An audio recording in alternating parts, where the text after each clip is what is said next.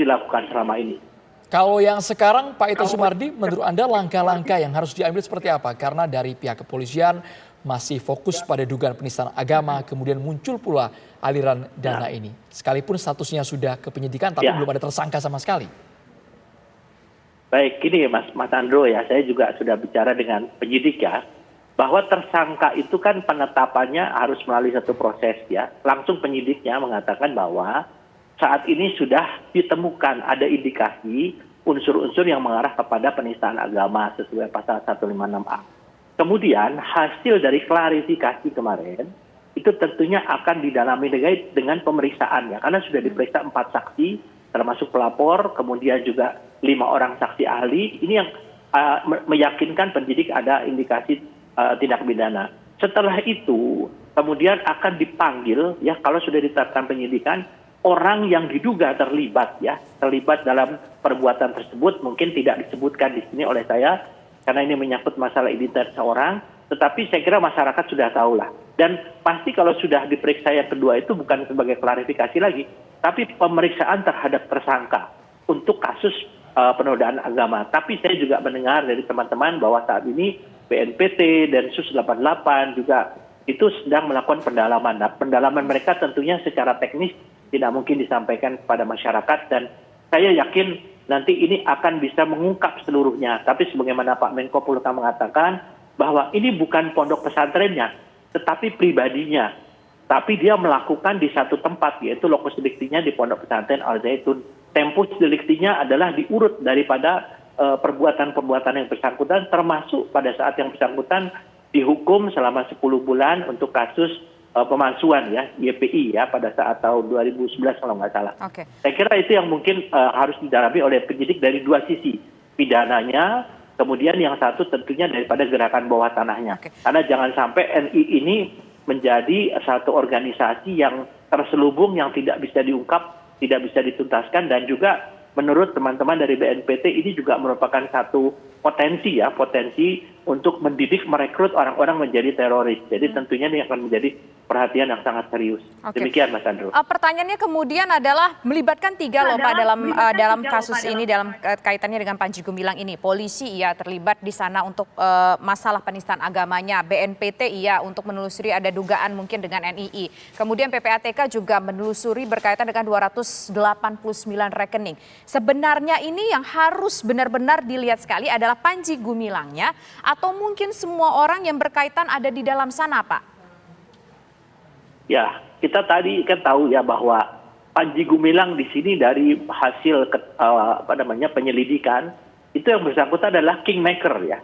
Kingmakernya tentu kita harus melihat dari kingmaker ini, kemudian akan dikembangkan ke bawah dari apa yang dilakukan kepada dia, kepada siapa saja, siapa yang membantu. Nah ini nanti akan menjadi bahan daripada para penyidik ya untuk mengembangkan. Oleh karena itu kan kita harus mulai daripada kingmaker-nya dulu ya. Baik Pak Ito, kita ke Pak Al-Haidar. Kalau Pak Al-Haidar melihatnya apakah memang ini kita menunggu proses hukum yang bergulir dengan unsur kehati-hatian dan juga sangat teliti dari ketiga pihak tersebut, PPATK, BNPT dan juga Polri, atau ada kesan, mohon maaf ini, anggapan publik kok lamban sekali sih penanganan terhadap Panji Gumilang ini?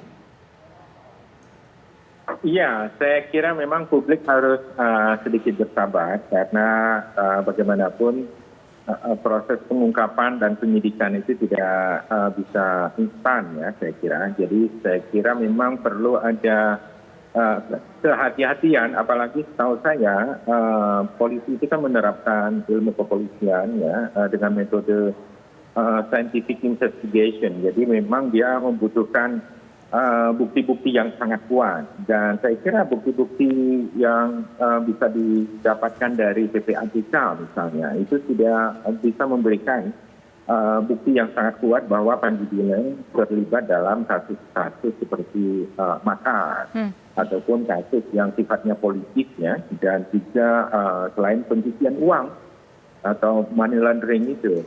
Jadi saya kira nama-namanya juga sudah diungkapkan oleh banyak peneliti, bukan hanya saya saja. Kalau saya kan hanya peneliti kecil saja ya, peneliti etnografi ya, dark etnografi. Jadi ya, dan saya sudah menulis juga tentang itu dalam bentuk buku dan juga beberapa jurnal. Dan saya melihat bahwa apa yang dilakukan oleh Panji Gumilang itu sebenarnya bisa diungkap secara scientific investigation yang metodenya itu dikuasai oleh polisi. Jadi saya kira itu kita tunggu saja, kita harus bersabar sedikit memang melihat drama yang sangat mengerikan ini, karena Panji Gumilang ini sebenarnya adalah pendusta agama dia. Jadi dia juga yang telah mengambil dana-dana dari umat, dari anak yatim inilah yang kita menginginkan supaya dibangunnya sebuah sistem pendidikan yang gratis bagi semua masyarakat, yang pada waktu itu idealismenya kita adalah bahwa karena negara Republik Indonesia pada saat itu tidak sanggup menyediakan pendidikan yang gratis dan Islami. Maaf, saya potong Pak Haidar. Pak Haidar, saat ini kan yang menjadi persoalan bukan hanya soal Panji Gumilangnya saja, tapi juga para santri yang saat ini masih menimba ilmu di sana. Lantas bagaimana untuk melihat ke depan nasib dari para santri ini? Apakah cukup dibina atau bagaimana, Pak? Iya, pesantren sebagai lembaga pendidikan itu sebenarnya tidak ada masalah ya, dan tidak ada yang namanya praktek-praktek pelacuran di sana, nggak ada praktek-praktek yang terlalu menyimpang, tidak ada. Paling ada penyimpangan kecil dan juga pelecehan seksual ya, dan itu umum terjadi di mana-mana. Dan saya kira itu jangan ditutup karena itu merupakan sumbangan kontribusi dari kami dulu sebagai orang-orang yang sudah tertipu ya tahun 9 oleh Abu Toto ini. Terima kasih banyak Pak Al Haidar, Pak Ito Sumardi, terima kasih banyak. Mohon maaf durasi kami sangat terbatas Bapak-Bapak. Sekali lagi terima kasih Pak Al Haidar, Pak Ito Sumardi, dan kami tadi sudah berusaha untuk mengundang ex pengajar Ponpes Al Zaitun Bapak Ahmad Sudirman, namun yang bersangkutan sampai dengan akhir dialog tidak bisa bergabung bersama kami.